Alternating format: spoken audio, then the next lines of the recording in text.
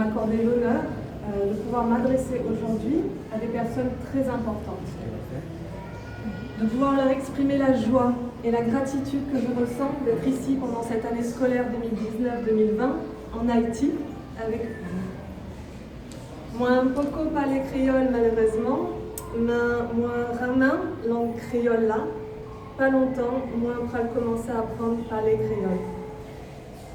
Vous, élèves et enseignants, faites partie d'une institution à laquelle je suis passionnément attachée, puisqu'elle engage l'avenir des enfants et des adolescents de la République d'Haïti, votre pays, mon pays d'accueil.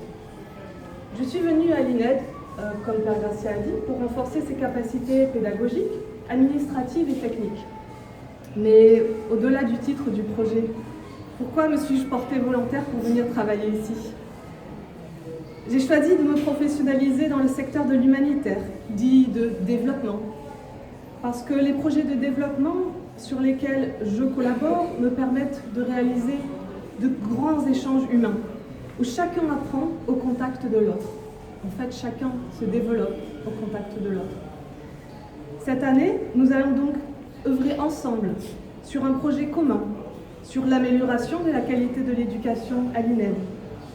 Ce projet prend tout son sens quand nous considérons que l'outil et l'éducation est l'outil le plus fiable et le plus durable pour le développement humain. Nous pouvons alors avoir l'ambition, tous ensemble, de contribuer au renforcement des capacités d'Haïti. Je suis à la fois française, américaine et allemande.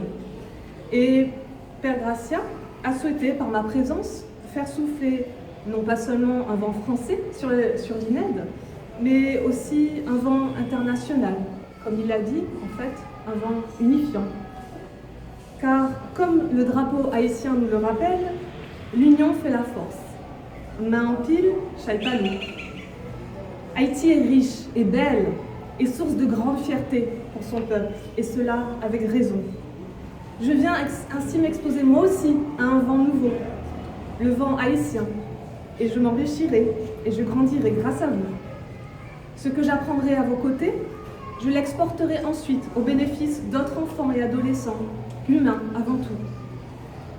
Mais quelle direction est-ce que je souhaite alors donner au vent qui soufflera sur l'INED par ma présence en son sein ?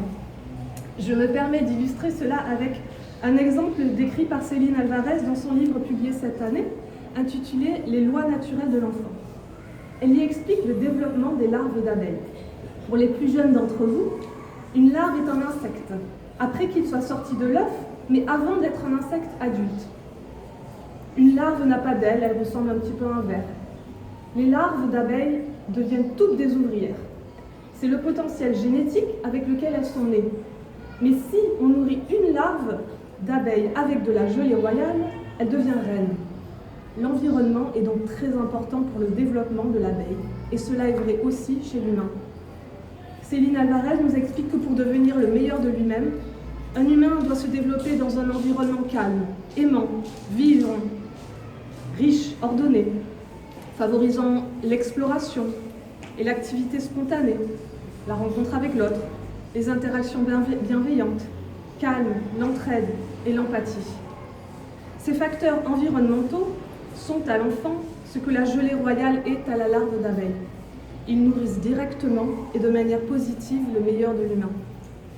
En neurosciences pour les plus grands, nous parlons de plasticité cérébrale. Le cerveau continue constamment de créer de nouveaux circuits, d'en éliminer et d'en renforcer d'autres en fonction des expériences répétées. Mais le cerveau d'un enfant ne regarde pas la qualité de ce qu'il supprime ou ce qu'il conserve. Sa plasticité cérébrale prend la forme de l'environnement tel qu'il s'offre à elle, sans aucun jugement. En sachant que nous passons en moyenne 8 heures par jour avec des élèves à l'école, nous devons agir en étant conscients à chaque instant de ce jeu de miroir. Les attitudes et les capacités de nos élèves sont le reflet direct de tout ce que nous faisons. Quels sont nos comportements au quotidien ? Sont-ils en cohérence avec les comportements que nous voulons voir fleurir chez nos élèves ? Nos comportements, notre langage, nos réactions doivent être exemplaires. cette grande exigence envers nous-mêmes n'est pas une option, c'est une responsabilité. Et c'est elle qui nous permet d'avoir une grande exigence envers les élèves. Un environnement qui favorise l'amour, la tolérance et la confiance permet également au système nerveux de l'élève de s'apaiser et de se sentir en sécurité. Ces conditions libèrent sa volonté naturelle d'apprendre, car il se met à voir le monde avec optimisme. Vous avez peut-être déjà fait l'expérience d'être à côté d'un bébé qui commence à savoir marcher et puis qui tombe. Il vous regarde ensuite pour savoir mais quelle est la réponse appropriée. Si nous regardons l'enfant avec de la peur sur notre visage, le bébé pleure. Si nous le regardons avec attention calme et encourageante, le bébé réalise qu'il va bien et il continue de jouer. Nous ne devons pas projeter nos peurs ou nos souhaits sur les élèves. Nous devons leur apporter un environnement où ils se sentent en confiance et encouragés, acceptés, respectés et aimés. Les découvertes les plus récentes en neurosciences et génétique et en psychologie du développement ne laissent plus aucun doute. Le lien social positif, l'empathie, les attitudes altruistes et généreuses favorisent le développement cérébral. Une étude en Finlande a suivi les interactions de plusieurs milliers d'enfants avec leurs professeurs pendant plus de 10 ans.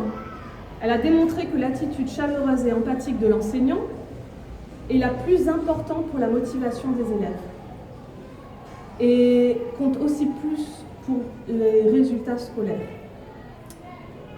par rapport à d'autres facteurs comme les outils pédagogiques utilisés ou bien la taille de la classe.